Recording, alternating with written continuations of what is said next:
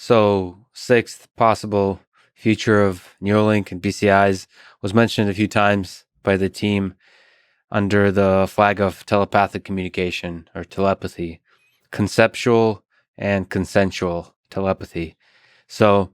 I think in general, to enrich the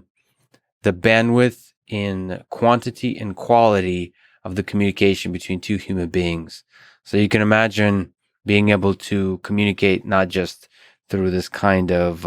1D realm of words, but to communicate visual concepts, first of all, but also kind of mind maps of like multi-dimensional concept maps that are in our mind when we're trying to reason through things, to be able to communicate those in some way. It doesn't even have to be kind of perfect replication, but any kind of improvement, increase in the bandwidth of the communication between humans on the visual or on the conceptual side is super interesting. I think somebody on the team mentioned kind of art, to be able to communicate creative, artistic kind of things that are in your mind and share them with others without having to learn the skill of converting that art into something in the physical world that can be, observed by others. You can sort of directly, without learning the skill, be able to communicate all the crazy, beautiful things that are in your mind. I think for my world of like programming, for example, it'd be exciting to think that two human beings at any level could sort of collaborate together. It gives a whole nother meaning to pair coding, where two people can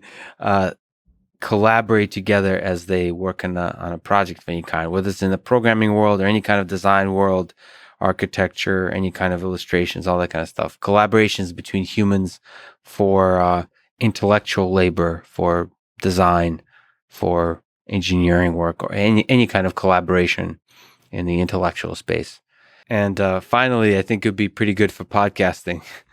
So for those of us who don't like the sound of our voice,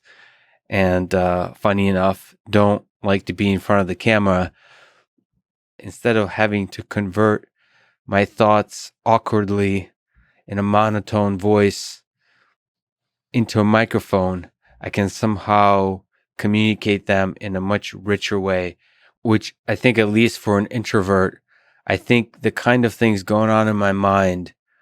seem to be much more eloquent and interesting than the kind of things that come out of my mouth when I perform the conversion. So from like a car mechanic, or maybe I should say like brain mechanic perspective, my converter is not working very well between the brain thoughts and visualizations and concept space to mouth speaking different English concepts. So I look forward to this podcast being consumed and generated telepathically.